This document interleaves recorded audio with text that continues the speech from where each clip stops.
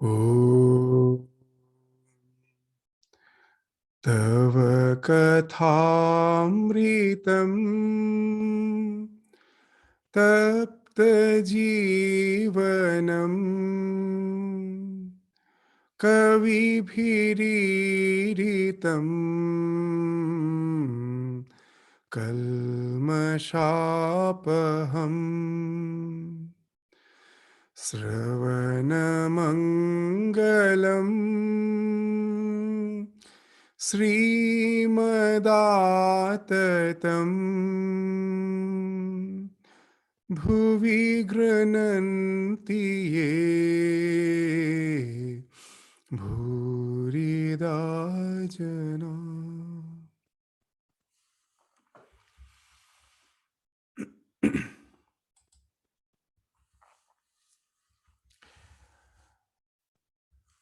So in the last class, the portion which we are studying is in the third meeting which Mahendranath had with Sri Ramakrishna, and where Sri Ramakrishna was speaking of the 4 types of people which we found in this world as per their spiritual inclinations are concerned. The Baddha, the Mumukshu, the Mukta, and the Nitya Mukta. And after classifying them into these 4 categories, Sri Ramakrishna was indicating the characteristics of the bound souls. So he is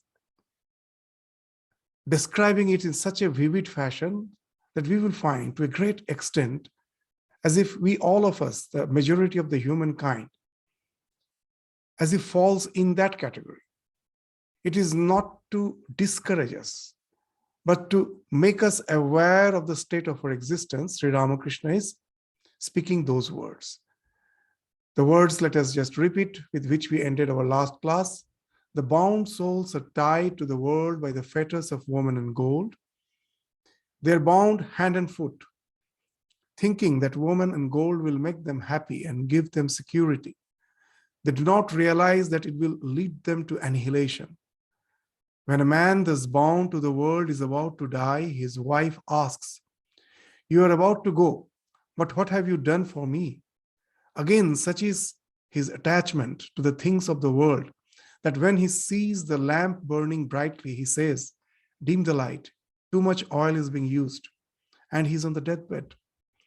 So here, the bound souls never think of God. If they get any leisure, they indulge in idle gossip and foolish talk, or they engage in fruitless work.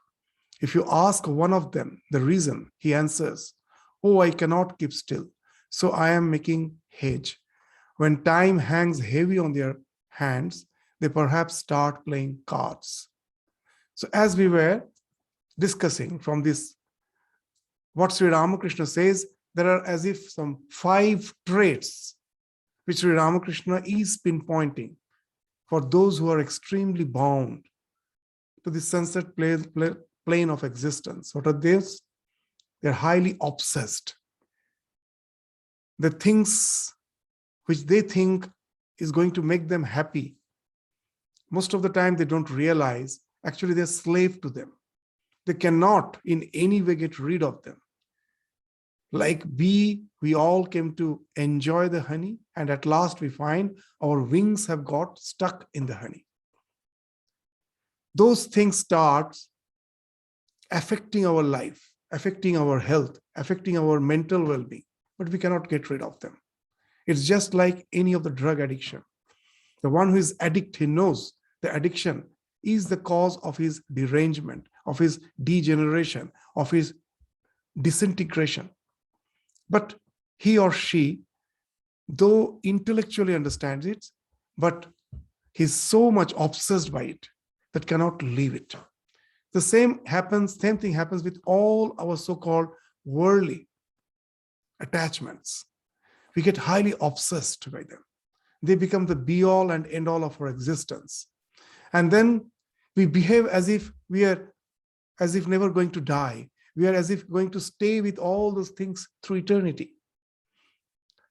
We become so short-sighted.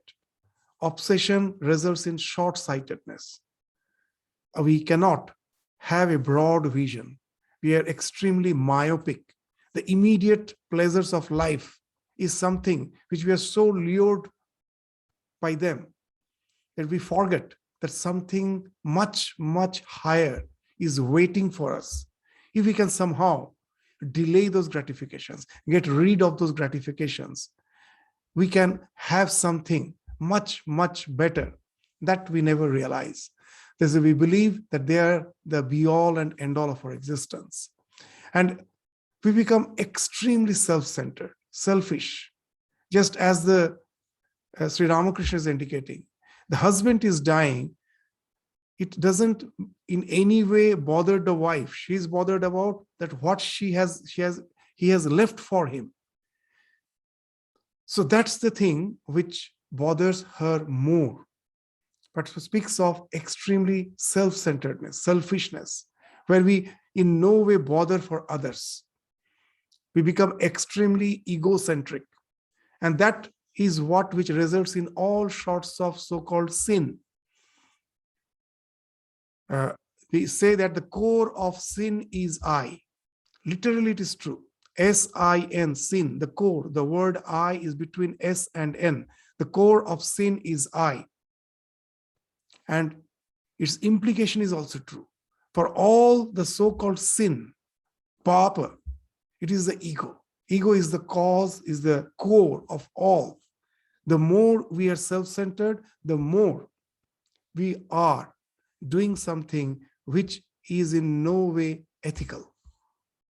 All the ethics is actually defined in this standpoint.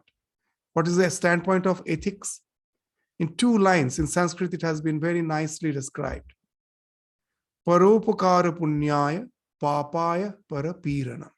Whenever you subjugate your I to reach out, paropakara, upakara, to help others, that is punya. Papaya parapiranam. The things which hurts me, the same thing if I do to others. Parapira. Just for my self-interest, I start hurting others. That is papa. As simple as that. So that's the thing where, as a third characteristic, we find that we become extremely self-centered. They can never relate. The fourth thing is they can never relate to the spiritual dimension of existence. They're not aware of it, not bothered about it.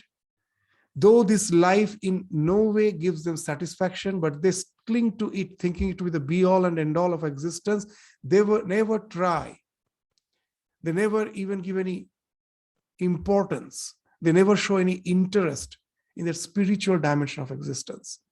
And the last thing, they constantly need some distraction in some form or other. Here, Sri Ramakrishna is speaking of playing cards, making the hedge. Nowadays also we find it has taken the form of the social media. So much time we are spending in this social media, this network, internet, TV. Why? What we see throughout the day, if we ask you, what have you seen? You cannot say. Because you were scrolling so much. Nothing was in your attention as such. It was not meant for education. It was just meant for time pass.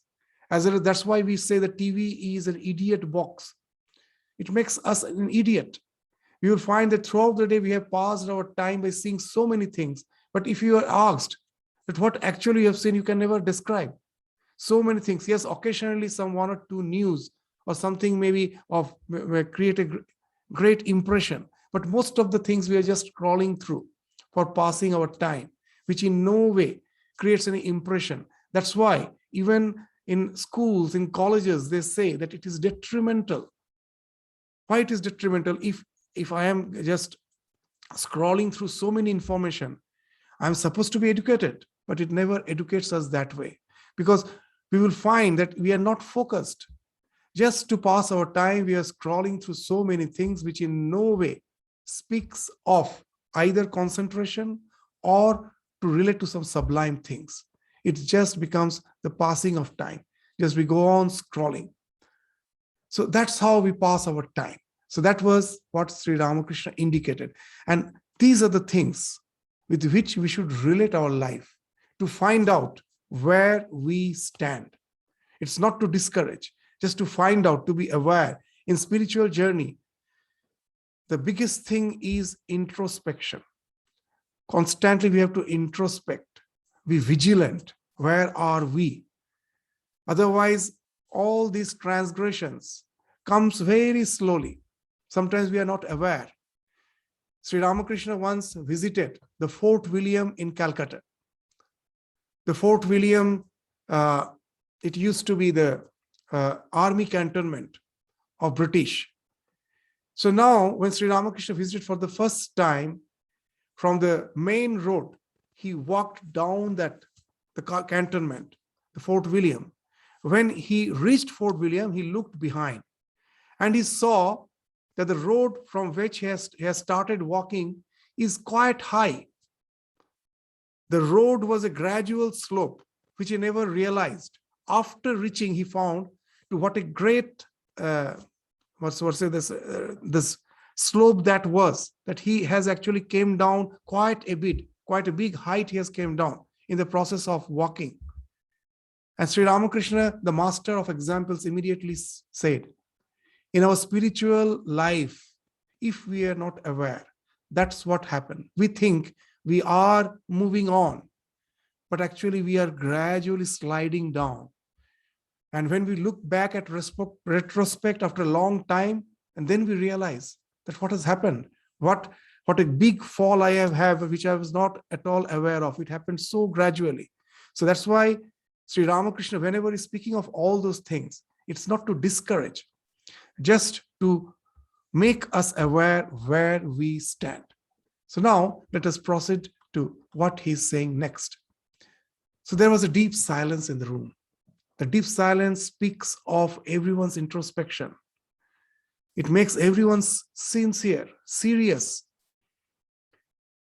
That where do we really stand, that how vividly he's describing. So that speaks of the deep silence in the room. A devotee. And the next question, sir, is there no help then for such a worldly person? So he's as if asking, representing us. He's on behalf of the entire humanity, that question. Sir, is there no help then for such a worldly person? Master, certainly there is. From time to time, he should live in the company of holy men, and from time to time, go into solitude to meditate on God. Furthermore, he should practice discrimination and pray to God, give me faith and devotion. This is the thing which we were indicating, that once a person has faith, he has achieved everything. There is nothing greater than faith. As we mentioned, it enables us, faith, that nature has infinite potentiality.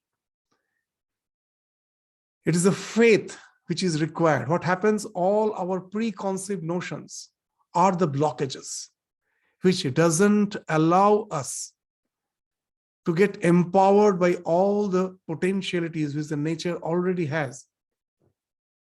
The nature has, it has just to open up for me. But we have created with the preconceived notions those blockages. When we have faith in God, with the faith that conviction comes, with the blessing of God, I can do that. And that faith itself is sufficient to remove the blockages. And the nature inflows, as we were speaking of the Yoga Sutra, nimittam aprayojakam prakritinam varana bhedatu yatha kshetrikavat.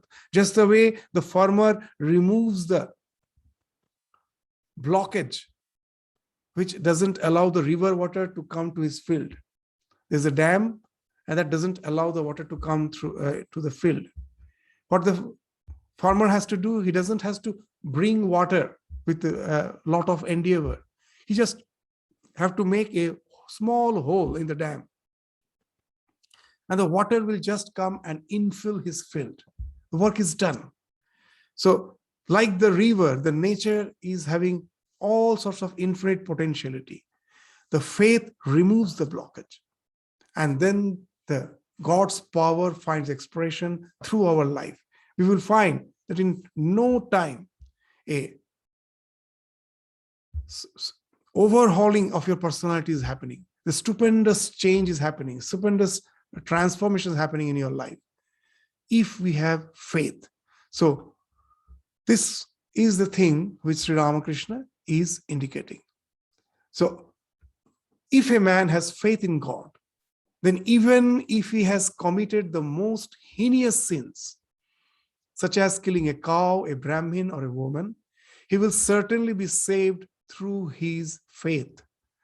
Let him only say to God, so this is the catch point, that he will be saved.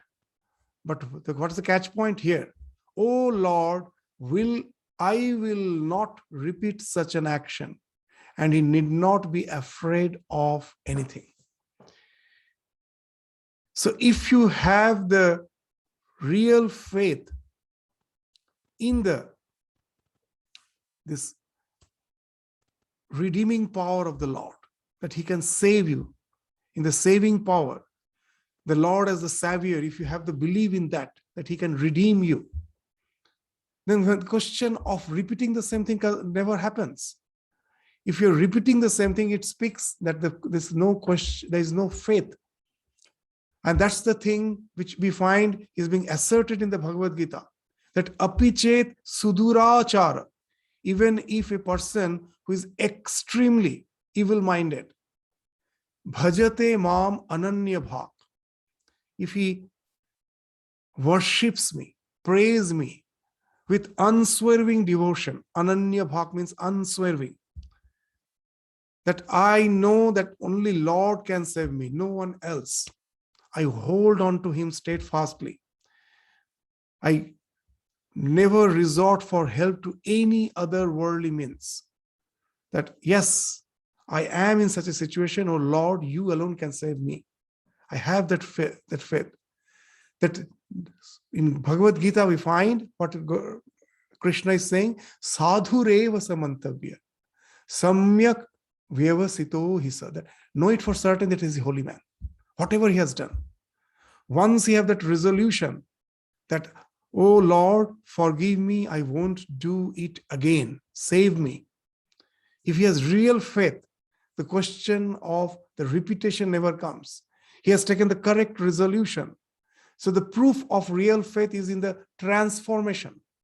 If real transformation is not happening, we can of course doubt the faith, that it is just for some propaganda like something, that you are making a sham show of your faith, but the real faith is not there. If the real faith is there, it should be proven in our life in transformation.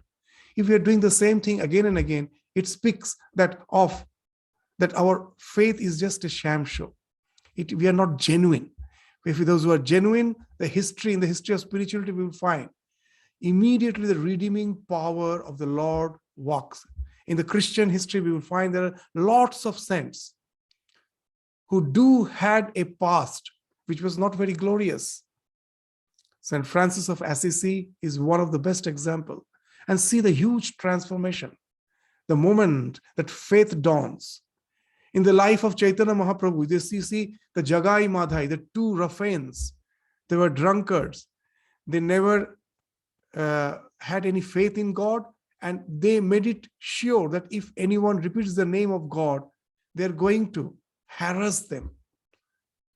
And when they come in association with Chaitanya Mahaprabhu, they understand that what they're doing is something extremely sinful, and that repentance comes, and they take refuge in Chaitanya Mahaprabhu.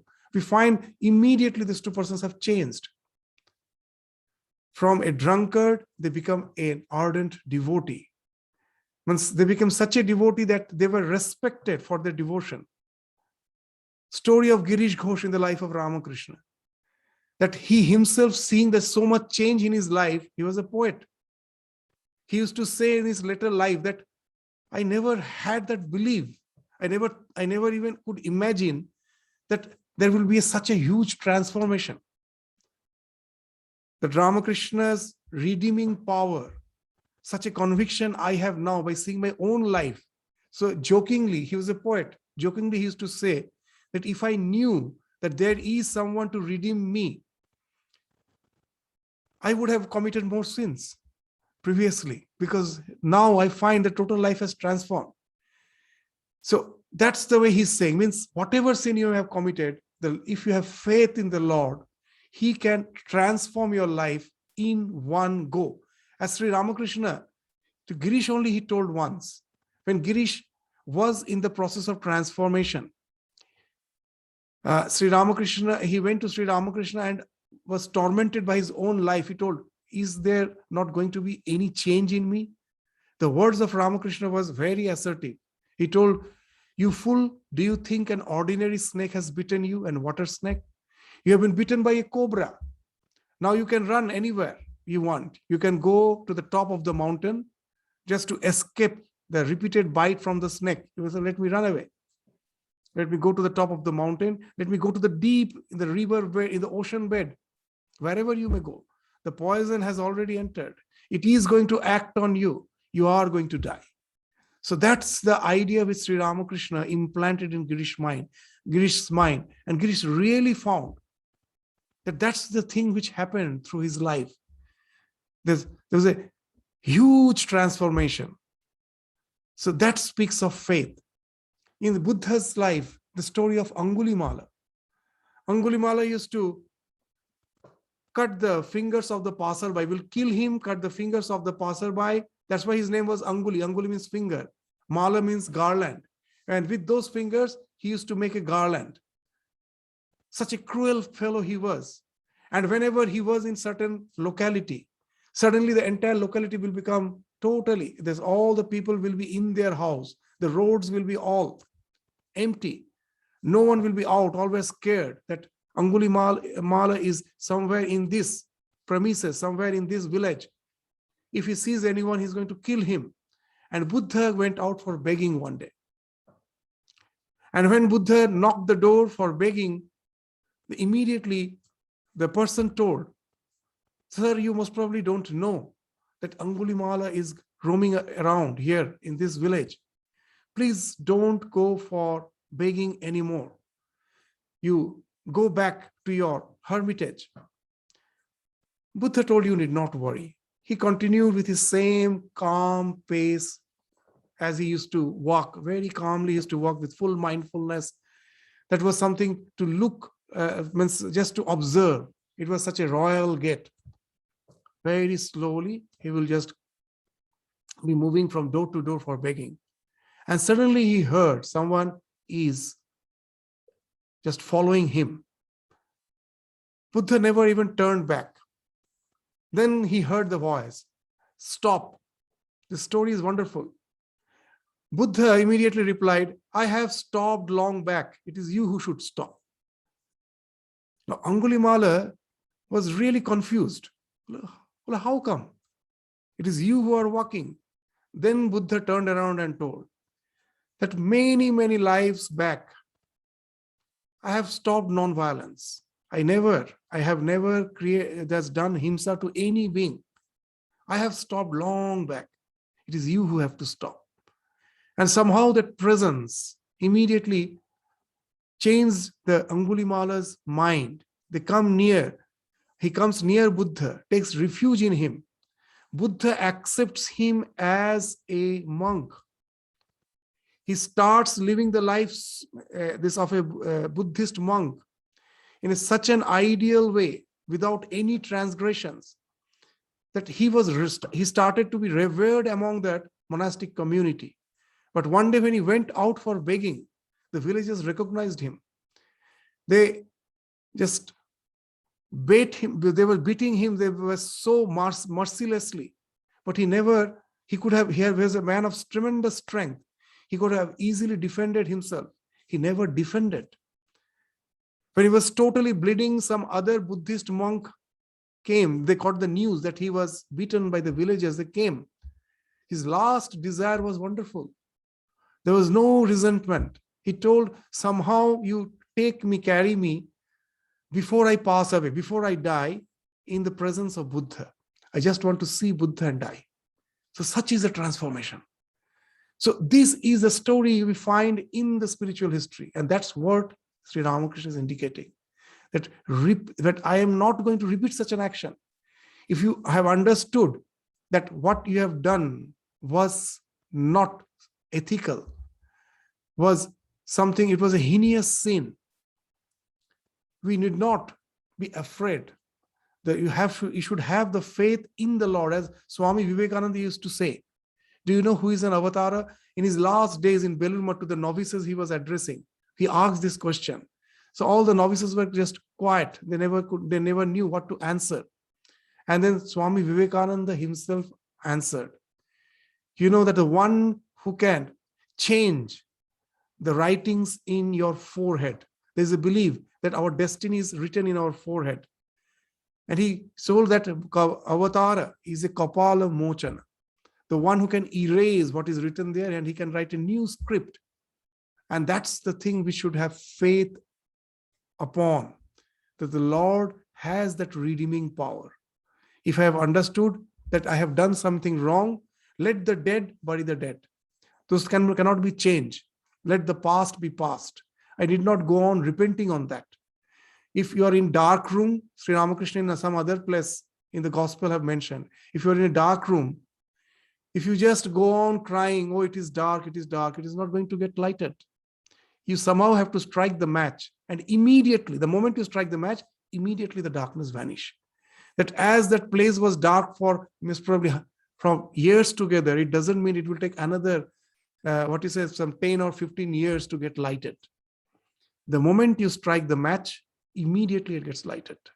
So our so-called, this existence may be full of darkness because of our past heinous sins, maybe, who knows, maybe of our past evil acts. But we need not just dwell on them by thinking, oh, what a sinner I am. Assert the fact that these are all just mere covering. The real me is always pure. That's the soul. All these good and bad acts are just the covering. I neither own the good deeds, not the bad deeds. They just are the covering. The good deeds are there to cleanse of the bad deeds, but at last they also have to be thrown away. They also have no role in my life as per my eternity is concerned. Just as Buddha used to say very nicely, no one carries the raft on his shoulder after crossing the river. Its work has been done. You need not have to carry the raft on your shoulder after crossing the river. Its work was to help you cross the river. Its work is done. So the good acts are there to help us cross the shores of this sunset existence. And faith is the best among all the good acts. Just to have faith is the best of them. The moment you can have that, you acknowledge the existence of the Lord, you're convinced about his presence, you're convinced about his redeeming power, and you take refuge. And there your work ends. As there's a Tagore song, very nice, Tomar holo shuru, amar holo shara. When you have faith, with the faith comes that resignation. For you, the work is over now. Now it is the headache of the Lord. Let him take care of what he's going to do with you. So with that type of faith, know it for certain that you need not be afraid of anything. The Lord do have that redeeming power. If he doesn't have that redeeming power, then what's the use of calling on the Lord? We call on him because we know he is there to save us. Sri Ramakrishna used to say that what is the difference between an ordinary human being and God? If you have committed 99 good acts, and if just you have done one mistake, the human beings will remember you with that one mistake. They will never acknowledge that after all you have all those good traits. That one bad trait will be amplified. With that you will be identified. And for the Lord it is just the opposite. Most probably have 99 wrong acts. If little goodness he finds in us, with that he will hold us and uplift us. So that's the redeeming power of the Lord. Just the moment you have faith in him, all the goodness, even if it may be something which is very, very in the seed form, you know it for certain, the Lord as a gardener has the power to make them sprout and bloom in your life. So that's what Sri Ramakrishna is indicating. When he had said this, the master sang, just to affirm, conform to the fact there is a song. We need not go to the entire song, just a few lines. If only I can pass away repeating Durga's name, how can thou then, O blessed one, withhold from me deliverance, wretched though I may be? So that's the same idea which is being indicated in the song. Now after that, again, master's attention goes to Narendra. Pointing to Narendra, the master said, you all see this boy.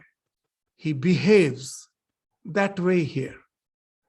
A naughty boy seems very gentle when with his father, but is quite another person when he plays in the chandi. Chandi is, you can just translate it, outdoors. In outdoors, there is some, what you say, that like something like a open pergola where all the children meet. This pergola is actually been built for some festivities only for in one season of the year. Rest of the time it is just lying vacant, and that's being used by the children for all sorts of fun and frolic and their games and play. So that is the chandi, the place, an open space, open covered space which has no wall, which is used for some celebrations only occasionally throughout the year. Rest of the time the children will be meeting there for also fun and frolic. So this is a chandi. So when the children is in chandi, he is totally different.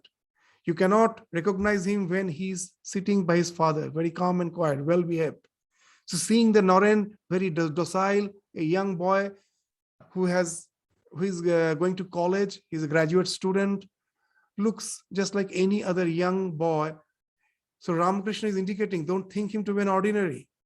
When the situation comes, he is going to be something different. Just see, these are the words which are spoken long back. What a tremendous scanning power this Raman had. He knew, he has just that what Naren is going to do. Narendra and people of this type belong to a class of the ever free.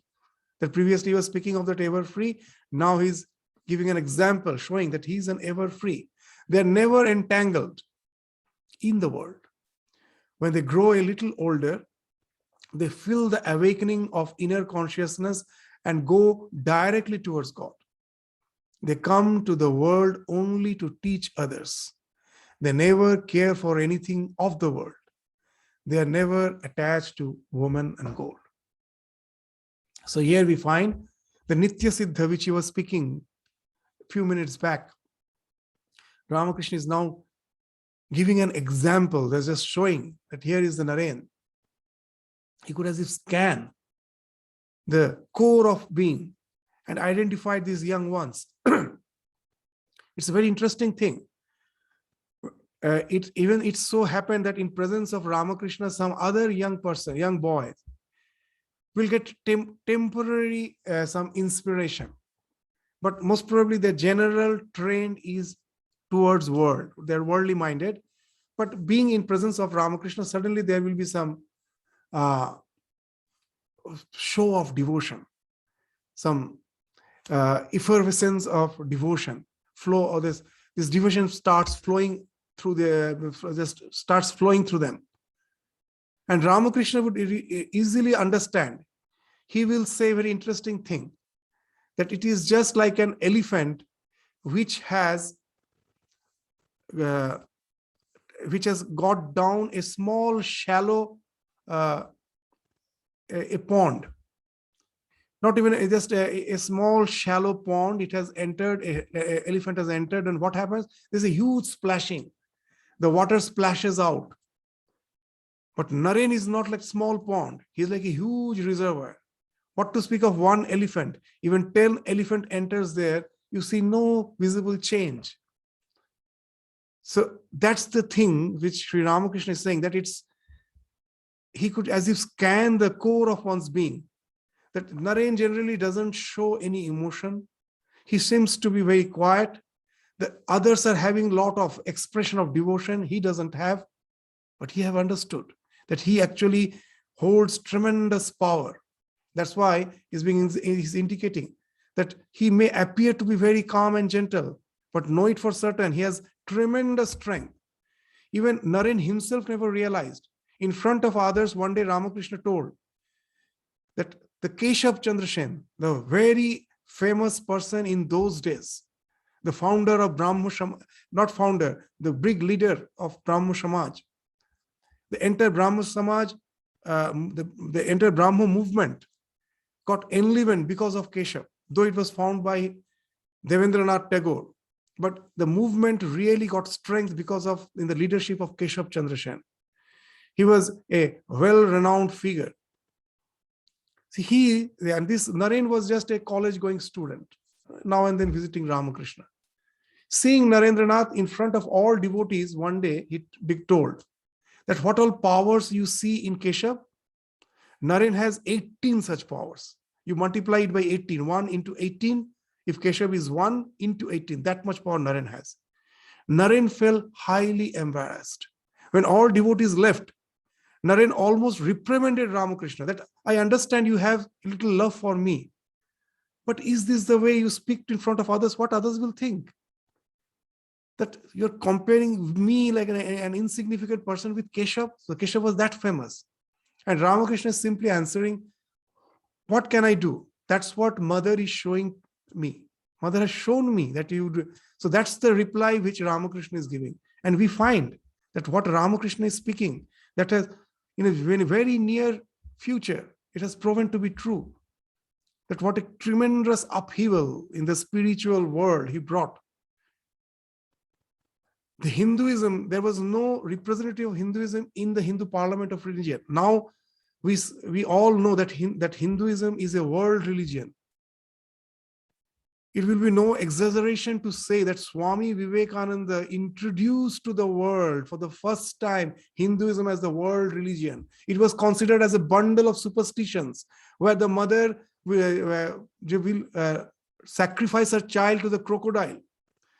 The sati will be burned in the fire. These are the things. Who were preaching this? It is the Hindus. The so-called Hindus were going to the West to get their personal recognition, were just projecting this negative side of all the evil practices as the Hinduism, as the be-all and end-all of Hinduism. If you just look at the newspaper in those times, a lot of research has been done. Hinduism was not considered as a religion at all. And that's why the missionaries felt that we have to go and enlighten these people. There were so many Indians who got this little English education, went and just projected all these negativities to the West. And that's what the impression the West had. When Swami Vivekananda had to face this problem, when he went to the West, so many questions were there. That is it that your mothers throw the child to these crocodiles? And Swami Vivekananda sometimes had to deal those questions in a jovial way. He told, yeah, that's true. But I was a bit plumpy child. The crocodile couldn't eat me. That's why I'm safe. That's why I'm here with you. So that's how the thing was. For the first time, there was no, in the world, Parliament of Religion was going on, and there was no Hindu representative. It was God's providence, but somehow Swami Vivekananda somehow was there. He had no credentials. Chicago lecture, the Chicago Parliament of Religion was near, and when it was required that you should have some credentials to be a representative of that Parliament of Religion, he had no credentials. But in before the Parliament, he gave many parlor talks in the houses of the so-called the rich people and the learned people. The professors used to be there. It is one such professor, the Professor Wright, who gave that certificate that to ask for credentials from Swami Vivekananda is as if asking the sun what right it has to give light. That was the credential with which he could at last attend the Parliament of Religion. Professor Wright was a reputed professor and renowned professor. So seeing that letter from him, he was permitted. It was just God's providence. And there we find that Hinduism is being represented. And series of lectures goes on for years together to establish Hinduism as a world religion. The yoga, the Vedanta, everything, as the forerunner, the first person to preach in the West was Swami Vivekananda. Now after that, hosts of preachers went. Swami Vivekananda foretold, many will be coming after me, many. And that's what is happening. We find that the appeal of the Hinduism was opened up to the world with Swami Vivekananda. And Ramakrishna is seeing it. Just see his words, long, that's at least 10 years before that Narendra became the world preacher. You all see this boy, he behaves that way here, very calm and quiet, docile, mild. A naughty boy seems very gentle when with his father, but he's quite another person when he plays in the Chandi, world's parliament in Chandni, not Chandi, in Chandni. That's a pergola where the children are all playing. So world's parliament of religion has proven to be that Chandni for Vivekananda. He's a totally different person there. Narendra and people of this type, of his type, belong to the class of ever free. They are never entangled in the world. When they grow a little older, they feel the inner awakening of inner consciousness. Very interesting. When for the first time Ramakrishna touched Naren, he was not ready. He was not ready for that. Immediately he shouted when he found the world is vanishing. He is feeling as if he is going to become unconscious. It never happened to him previously. He immediately started shouting, "What are you doing to me? I have my mother, I have my father, I have my siblings." And Ramakrishna with a smile told, "Oh, it's not the time." And he brought him back from that, the transformation which was going in Narendranath. It took few more days later, again, when he touched him, and then when Ramakrishna related that to his devotees, when Narendra came back from the situation, he himself never knew that what has happened in that state. And Ramakrishna told, "I have known through and through who he is. That he is a highly exalted soul, Naranarayana. Just out of compassion, unbounded compassion for the human being, for us, he has again incarnated." So that's the thing Sri Ramakrishna has indicated in the gospel. And he will know that when he gets a little older. So that's the thing, that awakening at the beginning we find he was not ready for that. But gradually that awakening happened in his life. It unfolded. It was there. Just the way for us, as a small child, when we are innocent, the worldly tendencies don't find expression. As we start growing up, they find expression. Just the opposite is true for this Nitya Siddha. As a child, they are like innocent, like any other child. But as they start growing up, instead of the worldly threats, we find the spiritual inner consciousness is getting awakened. Because that's his real nature. As he grows, those are the things which finds expression. They come to the world only to teach others. Very nicely, Shankaracharya indicates that what is the purpose for a realized soul to take birth? They have no desire. What brings them is only desire to help others. And that also they do it so unknowingly. So in Viveka Churamani, Shankaracharya says, is describing such person, Shanto Mahanta Nivasanti Santo. So this calm, great person, how they stay? Vasantavat Lokahitam Charanta. So after the winter, when the spring comes, suddenly we find that the entire world has got enlivened. The trees are again getting green. The life as if gets enlivened. Everyone feels full of life. The spring brings back the life. Does the spring knows it? It's its nature. When it comes, the life gets enlivened. So these so-called realized soul, the nature is such like Vasanta, like the spring. What a nice example Shankaracharya is giving. They are here just by being here, by their presence. Their nature is such. They redeem the world. So they feel when the moment they come to the world only to teach others. They never care for anything of the world. They're never attached to woman and gold. So these are the Nitya Siddhas. They're the only thing, when you say Nitya Siddha, the question of birth doesn't come. If one is ever perfect, then what gravitates them to the sensate plane of existence? It is only that unconditional love. As Sri Ramakrishna, with another anecdote, have mentioned in some other place, the three friends were passing down the street and they saw a very huge wall by the side of the street, and they were curious to know what's there on the other side of the wall. They managed to get a ladder. They placed the ladder on the wall. One of them got up. When he was on the top of the wall, he was ecstatic. The other two asked, "What makes you so ecstatic? Please relate." But he didn't even had the time to relate. He was so much ecstatic that he simply jumped to the other side, even without relating that what he has seen. Now the second one also got up. He also made the same fate. He was so joyous, he jumped on the other side. Something joyous was full of joy, mirth, and merry was as if going on the other side, seeing which just they were ecstatic, gave a huge cry of joy and jumped on the other side. Now the third friend alone was remaining. The third man was alone. So as he couldn't hear what was going on the other side, at last to know that he also climbed. And seeing what's going on the other side, he also felt like jumping. But somehow he restrained. That if I jump, no one is there to relate to the world, to the other side of the wall, what's going on there. So he restrained. Out of his love for the humankind, he comes down. Avatarana. That's the only reason for coming down. Love for the humanity, to relate that what you are doing here. There's such a world of mirth and merriment on the other side.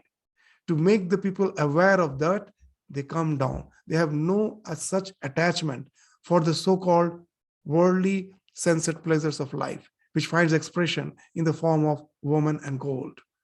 They're never attached. So that's what Naren is. And then Sri Ramakrishna gives a wonderful anecdote, an allegory. The Vedas, a simile. The Vedas speak of a Homer bird. There's a particular bird. It's a mythological bird called Homa, Homa, Homa. So what's the nature of that bird? It lives high up in the sky, and there it lays its egg.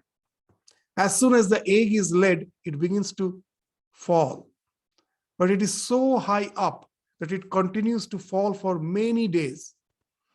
As it falls, it hatches, and the chick falls. As the chick falls, its eyes open. It grows wings. As soon as its eyes open, it realizes that it is falling and will be dashed to pieces on touching the ground. Then it at once shoots up toward the mother bird high in the sky. So that's the mythological bird. So they are the Nitya Siddha, the Homa bird. To give an example of Nitya Siddha, he's speaking of this Homa bird, that they never fall in this earth. They fly high up in the sky. When falling, the egg hatches, it grows wings, its eyes open, and it realizes that it will fall and it will crash. It is going to die, and immediately it starts flying up. So to explain the nature of Naren, the core of their being, he is giving this example of Homa bird. So here one thing is very interesting. What? That even before falling, they fly up. In how we can relate it in our spiritual life, that purity is not innocence. Purity is vigilance. The experiences of life should teach us Sri Ramakrishna in some other place will be relating another this anecdote. What he says, that the camel thrives on thorny bushes. When it eats the thorny bushes, it bleeds. But that's what its food. Again, though it bleeds, it will again go on thriving on those thorny bushes only. That's our condition. The world makes us bleed, but we don't learn. We resort back again to that same type of life. When someone asked Swami Sharadananda that what is the aim of life, they thought most probably like Ramakrishna, he will say realizing God or something like that. But Sharad Maharaj never went that way, because he knew very well the one who is asking question, he is not a believer. So he thought that why not give an answer which everyone can appreciate. So he told very simply, this answer was, then when he was asked that what is life?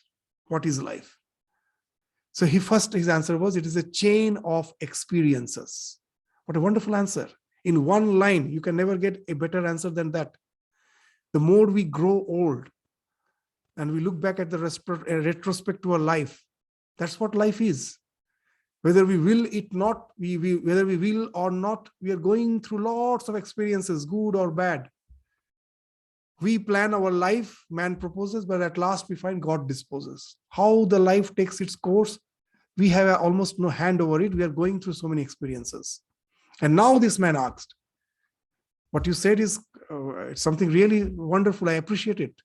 But what's the aim of life? Life, I understood, is a chain of experiences. And then again, in one sentence, a wonderful answer is given: to learn from those experiences. We never learn. We go on doing the same mistake. In our student life, I still remember there was we had an exhibition where we had a glass tea, transparent tea-like tunnel of the shape of T. The T has 3 legs. The English alphabet T has 3 legs. In one of the legs, some food was kept, moist food. But it was very mildly connected with electric current. With a battery, we connected. Some current is there. And the one leg, there was nothing. On the third leg, a few of the earthworms were kept. The experiment was that how many times this earthworm will be coming to the junction of the other 2 legs, and naturally it will be drawn towards food. It will go towards the food, getting the mild shock, it will come back. But to show that the earthworm has no memory, that experiment was done. Throughout the day, as long as we observed, more than 200 times from the morning till the evening, the earthworm went towards the moist food, came back. It shows that it has no memory. It's always going that way only. So as the food is there, it will never, as the other side, nothing is there, it is not going that way. It is going towards the food and coming back. And that shows they have no. So, but as a human being, do we have that memory? We will find our condition is almost as pitiable as that earthworm. We go on doing the same mistake, lives together. And that also through our hereditary. Even we will find what the parents did. They insist we do the same mistake as children. That's what is going on. So what is purity? It is not innocent. It is learning through those experiences by being vigilant. I don't repeat them anymore. And they become that vigilant, that if I find that danger is there lurking, just like that Homer bird, before falling, it will fly back. To explain that what real purity is. That we say child is pure. Child is not pure, he is innocent. We don't know what all is hidden in his mind. As he grows, we will therefore find for expression. What is purity? In the life of Ramakrishna, we will give an example from the life of Ramakrishna. When Ramakrishna was in Dakshineshwar, he was still in the period of sadhana, the 12 years. He was going through intense sadhana, spiritual practices. Now, on the 4 months of the rainy season, the Ganges water becomes very turgid And we find in those days, that was the drinking water. They used to drink water from the river. And many will have all sorts of stomach disorders, cholera, dysentery, because of the impure water. That's the time Sri Ramakrishna used to go back to Kamarpukur, to spend those 4 months in Kamarpukur. And when he used to go back to Kamarpukur, Holy Mother was growing up. They know that when she was married, she was just 4 years. Now, when Ramakrishna came to Kamarpukur from Dakshineshwar, she has grown a little. She was now a teenager. Now, she used to come, her village was just four miles away from Kamarpukur. Getting the news, when she got the news that Ramakrishna is in Kamarpukur, she used to come from Jairambati to stay for those few months along with Ramakrishna in Kamarpukur. From Jairambati, she used to come. And that's the time we will find Ramakrishna is to instruct Holy Mother in the spiritual way of living. That's a wonderful relation. Now, and sometimes as their husband-wife, Ramakrishna, of course, used to sometimes have some fun, means joke with Holy Mother. But through all those jokes and funs, also some teachings used to be, teachings will find expression. So one day what happened is Ramakrishna was sitting in the courtyard and Holy Mother was brooming. As a young girl, she was brooming the courtyard. And Ramakrishna suddenly started saying, let's see, all marry to have children. But what's the use of having children? When the first child is born, it is few months old, and now you have the first rice-giving ceremony. You invite the entire village. And to celebrate that occasion, you are in your best clothing, best sari. You put on your ornaments just to celebrate that occasion. And suddenly you find your child is sick. And then the doctor comes and he just diagnoses it as cholera. And in few days, the child dies. You remove all your ornaments, all your expensive clothing, you start mourning, you cry, and most probably after another 1 year or two, another child is born. And this time he dies because of malaria. So that's what he was saying. And Holy Mother never shown her face to Ramakrishna. That's a wonderful thing. Can you just think? The bride has never shown her face to the husband. Always she used to have a long veil. So when she was dreaming, from behind that veil, softly she told, will all of them die? That was her comment. Ramakrishna immediately jumped up from his seat. He was just joking. Suddenly he became very serious. And he left that place just by commenting, oh, it seems I have stamped on the tail of a venomous snake. And he goes inside. And Holy Mother feels highly embarrassed. She also leaves the place. Now, you see here what it speaks. It's like that Homer bird, before falling, takes the flight towards mother. What? The joking, all those fun was going on. But when, as a young girl, Sharda Devi told, will all of them die? Immediately, that Ramakrishna was so sensitive, immediately understood that she, though it is something very subtle, she do have the desire to be a biological mother. Otherwise, why she would say, will all of them die? Just that little, as he has already taken the vow of sannyasa, though he was married, that was something like a sanskara.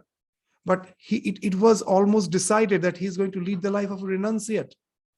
That finding that inkling of that little desire, immediately jumps, goes away from that place, commenting, oh, it seems I have stamped on the tail of a venomous snake. So now we will understand the implication of this story, that they are that sensitive. Even finding a little inkling that it can be the cause of my downfall, immediately they just fly off. That's what speaks of the purity. It is vigilance. The price of purity is vigilance. You don't allow even that little weakness to find expression through your mind, through your thoughts. Immediately you are aware. Your That's what in the scripture very nicely it has been spoken of, that for a spiritually evolved soul, the sensitivity is like the sensitivity of the eyeball. If a sand particle falls on your skin, you even don't realize there's a sand particle on your skin. The same sand particle, if it falls in your eyeball, immediately you find your eye is irritated. So you find a lot of irritation. So for a spiritual person, that even a small indication of attachment is just like that small sand particle on the eyeball. They are that sensitive. Immediately they find they have taken a retreat from there. In no way they will dwell in those so-called innocent pleasures of life. Maybe it's okay for you and me, but not for the homo bird.